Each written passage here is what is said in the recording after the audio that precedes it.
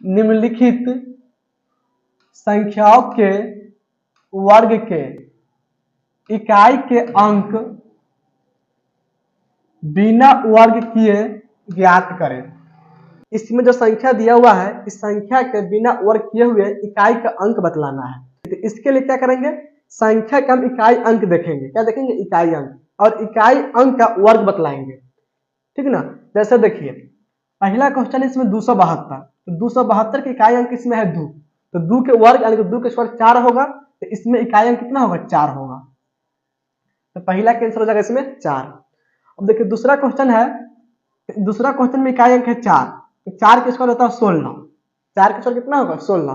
तो अगर इस पूरा का हम वर्ग करेंगे ना, तो इसका इकाई अंक आने वाला है 6, तो इसका आंसर लिख लेंगे 6।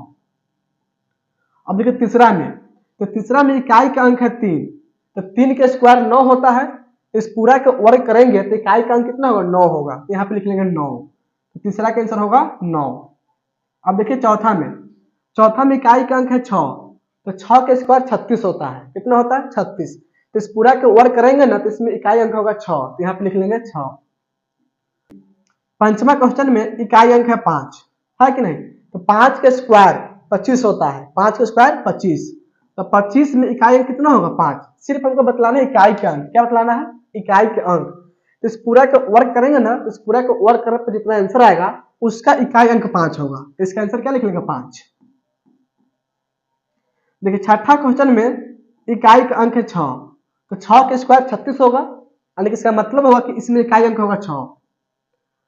सातवां क्वेश्चन में इकाई अंक है 0, तो 0 का अगर वर्ग करेंगे तो अंतिम में 0 आने वाला है, यानी कि इकाई अंक 0 आने वाला है, ठीक ना, तो इसका आंसर होगा 0। 8 नंबर क्वेश्चन में इकाई का अंक है 7, तो 7 के वर्ग करेंगे यानी कि 7 के स्क्वायर तो हो जाएगा 49, और इस 49 में इकाई अंक है 9, तो इसका आंसर हो जाएगा 9। अब देखिए 8 के बाद 9 नंबर क्वेश्चन, 9 नंबर क्वेश्चन में इकाई अंक है 2, तो 2 के स्क्वायर 4 होता है कि नहीं, यानी कि इसका इकाई अंक होगा 4। अब देखिए इसके बाद 10 नंबर क्वेश्चन है, इसमें इकाई अंक है 8, तो 8 के स्क्वायर होता है 64, 8 के स्क्वायर 64, तो इकाई अंक कितना होगा इसमें 4, तो इसका आंसर लिख लेंगे 4। तो पहला का आंसर 4 होगा, दूसरा के 6, तीसरा के 9, चौथा के 6, फिर पंचमा के 5, छठा के 6, सातवां के 0 हो जाएगा, आठवां के 9 होगा, नौवां के 4 होगा, और 10वां के भी 4 होगा। तो पहला के 10 क्वेश्चन समझ में आ गया, इस क्वेश्चन में कोई दिक्कत नहीं है। चलिए इसके बाद दूसरा क्वेश्चन, इसके बाद 2 नंबर क्वेश्चन है, इसमें निम्नलिखित संख्याओं में से कौन सी पूर्ण वर्ग है।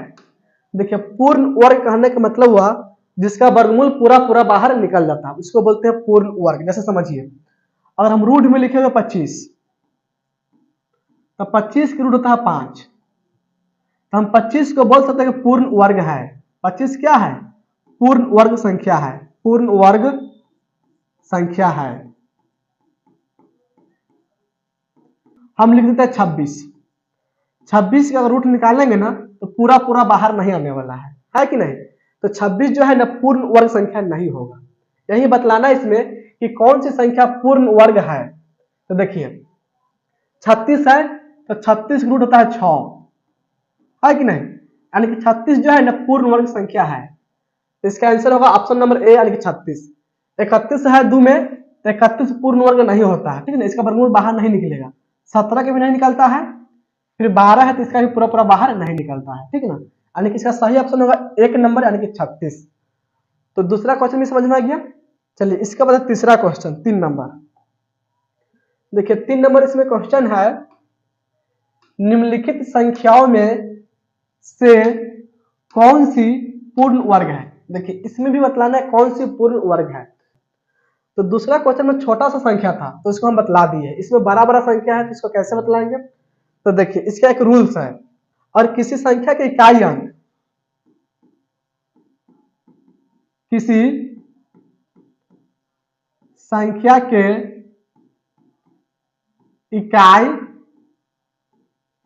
इकाई का अंक, और मान लीजिए कोई संख्या है, इस संख्या के इकाई का अंक अगर मान लीजिए 2 है, 3 है, 7 है या 8 है, हो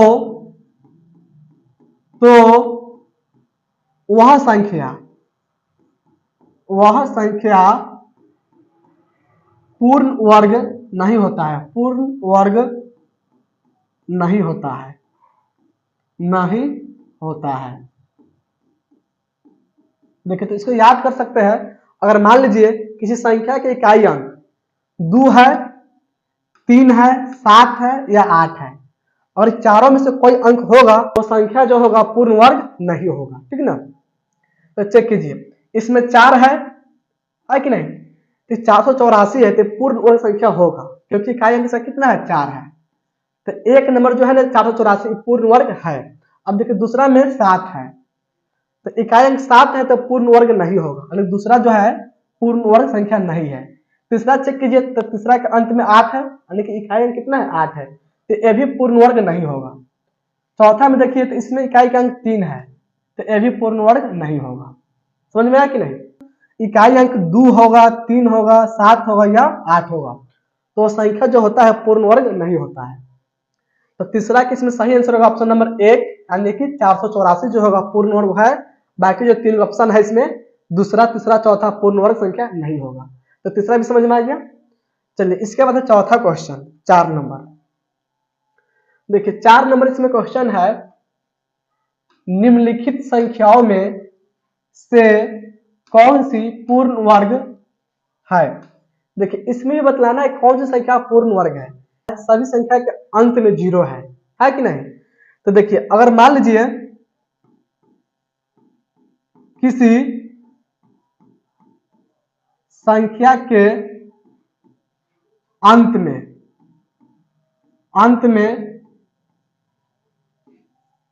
शून्य की संख्या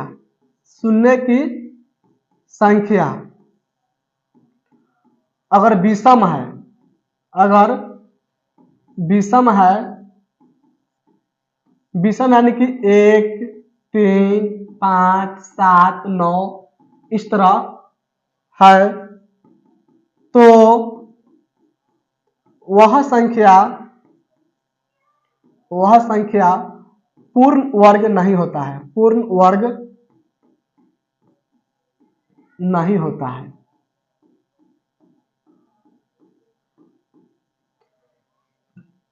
देखिए इस पॉइंट को समझिए, इसमें लिखे है कि किसी संख्या के अंत में शून्य की संख्या अगर विषम हो, विषम यानी कि 1, 3, 5, 7, 9 इस तरह होगा तो संख्या जो होगा ना पूर्ण वर्ग कभी नहीं होगा। जैसे देखिए पहला में चेक करेंगे तो पहला में शून्य की संख्या है 3 गो, 1, 2, 3, 3 क्या है, विषम अंक है कि नहीं। तो 4000 जो है ना इस संख्या जो है पूर्ण वर्ग नहीं होने वाला है, ठीक ना। अब देखिए दूसरा में है 2 गो 0, तो 2 गो 0 क्या सम है तो क्या होगा पूर्ण वर्ग हो जाएगा, यानी कि 2500 जो है ना 2500 ये पूर्ण वर्ग संख्या है क्योंकि इसका अंत में 2 गो 0 है कि नहीं। 2 गो 0 की सम संख्या है, शून्य की संख्या सम है, इसलिए क्या होगा पूर्ण वर्ग होगा। अब देखिए तीसरा में चेक करेंगे तो शून्य की संख्या है 3 और 3 क्या है, विषम संख्या है, यानी कि शून्य की संख्या है विषम, इसलिए पूर्ण वर्ग नहीं होगा। 3 नंबर जो है ना 9000 पूर्ण वर्ग संख्या नहीं है।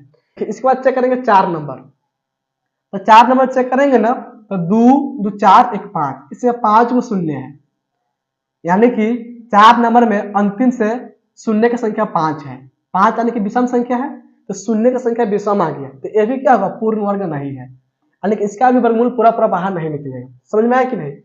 तो चौथा का सही आंसर होगा ऑप्शन नंबर 2, 2500। 2500 का जो होता है ना 2500 जो है एक पूर्ण वर्ग संख्या है। तो समझ में आ गया।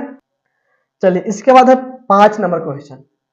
देखिए 5 नंबर क्वेश्चन है, निम्नलिखित संख्याओं में पूर्ण वर्ग संख्याओं को चुने। इसमें बतलाना है कि पूर्ण वर्ग संख्या कौन है। देखिए पहला क्वेश्चन में है 36, 28, 64, 19, 27, 81। और किसी संख्या के इकाई अंक अगर 2 हो, 3 हो, 7 हो या 8 हो तो वह संख्या जो होता है ना पूर्ण वर्ग नहीं होता है।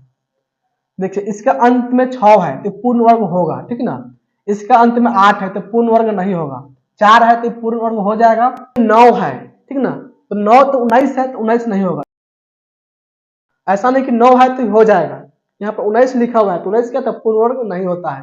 27 है, इसमें 7 है, कॉन्फर्म नहीं है, ये कॉन्फर्म बतला रहा है, और अंत में इतना रहेगा ना तो कॉन्फर्म नहीं होगा। अब हो सकता है कि 9 अंत में है तो ये हो भी सकता है, न भी हो सकता है। अगर अंत में 9 है तो चांस है कि संख्या जो है ना पूर्ण वर्ग हो भी सकता है, न भी होगा। जैसे मान लो 19 है तो 19 नहीं होगा।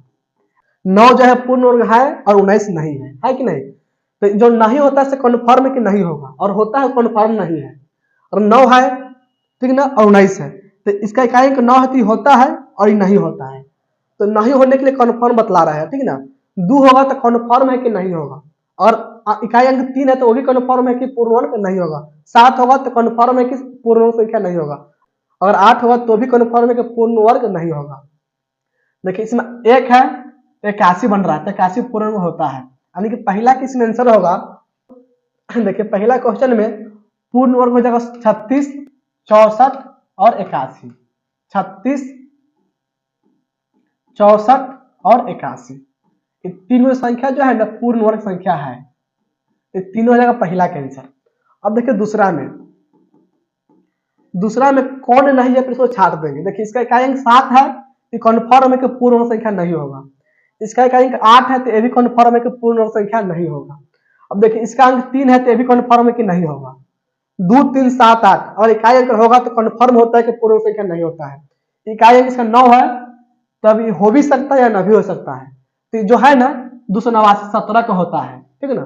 289 जो है ना 17 का वर्ग होता है, तो इसका आंसर होगा 289। 289 जो है ना पूर्ण वर्ग संख्या है, ठीक ना।